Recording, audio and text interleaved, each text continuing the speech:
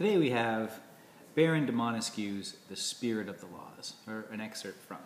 And once again, we are using as our source Aspects of Western Civilization by Perry M. Rogers. Excellent book. So, Baron de Montesquieu, who lived from 1689 to 1755, was one of the most penetrating political analysts of his age. The selection from The Spirit of the Laws was published in 1748, about 40 years before the French Revolution broke out. And so Montesquieu's ideas, if they were heated during the French Revolution, in its middle stages where things got really ugly, a lot of death and bloodshed could certainly have been avoided. And I think you'll also, you American readers out there, as you look at his ideas, you'll realize that they were very important to the forming of our government.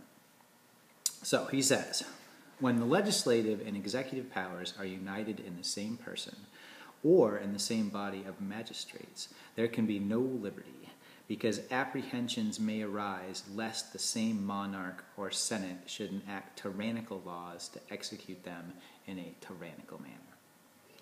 Again, there is no liberty if the power of judging be not separated from the legislative and executive powers. Were it joined with the legislature, the life and liberty of the subject would be exposed to arbitrary control, for the judge would be then the legislature. Were it joined to the executive power, the judge might behave with all the violence of an oppressor. There would be an end of everything were the same man or the same body, whether of nobles or of the people, to exercise those three powers, that of enacting the laws, that of executing the public resolutions, and that of judging the crimes or differences of individuals.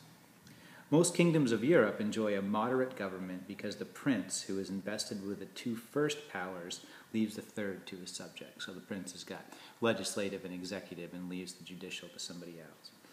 In Turkey, where these three powers are united in the Sultan's person, the subjects groan under the weight of the most frightful oppression.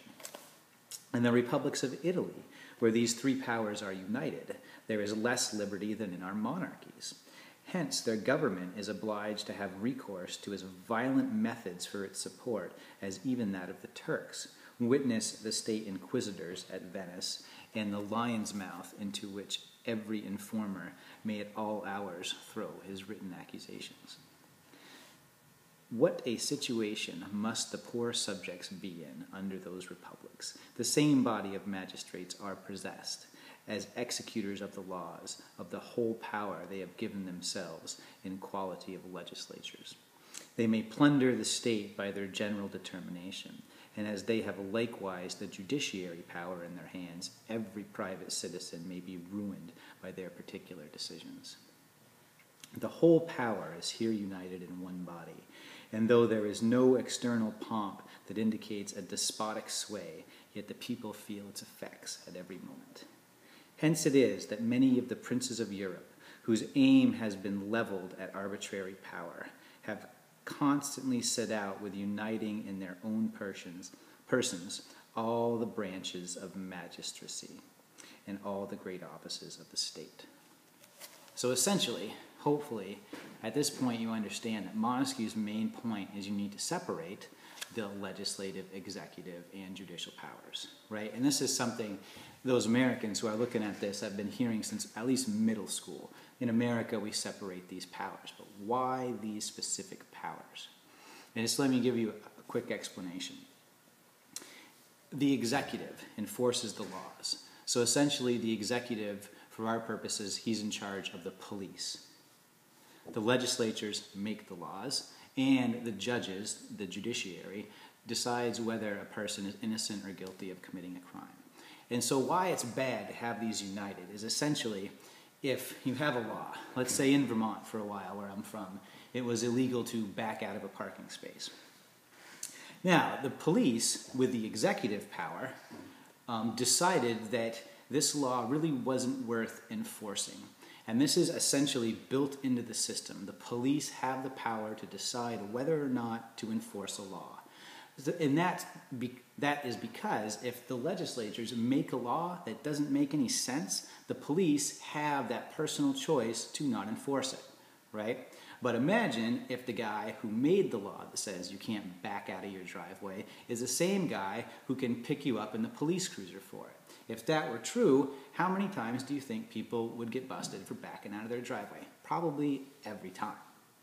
So that's why you separate the executive from the legislative. And then let's imagine one step further. Our legislature has passed this law, no backing out of the driveway. The guy who passes it is also the police officer. So he busts everybody that he can for backing out of the driveway because he really believes it's dangerous.